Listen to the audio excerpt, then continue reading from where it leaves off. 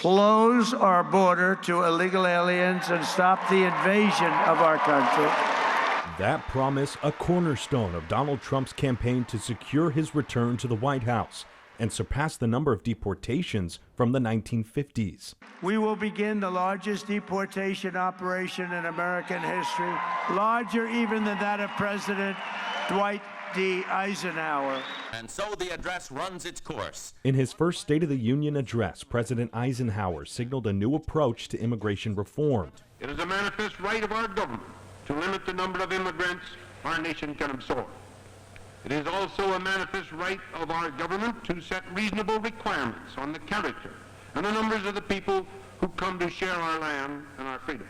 The following year, on June 17, 1954, Eisenhower's Operation Wetback kicked off in farm fields of California, the racist term used at the time to describe Mexicans who entered the U.S. illegally through the Rio Grande. Elvia Ramirez is a professor of ethnic studies at Sac State. She says the deportation of more than 1 million people, including American citizens, came at a time of another American policy. So the Bracero program was a labor importation program that was entered, it was an agreement entered into by the United States as well as Mexico.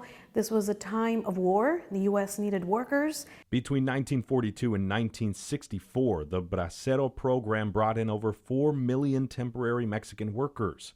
But it also led to the dramatic increase of illegal immigration due to cheap labor. Professor Ramirez says Mexican workers became easy targets. You know, whenever there's economic difficulty, one of the first things that the country does is target immigrants as scapegoats. Jobs are scarce, hunger is common. The nation's sense of security has been shaken. In the 1930s, a similar event unfolded. The federal government kicked off a wave of deportations under the Mexican Repatriation Act during the Great Depression. The expulsion of more than 1 million people, including a large number of U.S. citizens of Mexican descent. Professor Ramirez says the large-scale operation impacted families and their communities. Mexican towns are essentially obliterated, left without people. And so Mexican immigrants were also targeted. Protests against Trump's immigration raids continue nationwide. And while some are more intense than others, Professor Ramirez has hope these demonstrations will bring about change like they have in the past. Show me what democracy looks like! You know, the civil rights movement was built on protest activity, and that is how we were able to achieve significant progress in the field of race relations, right?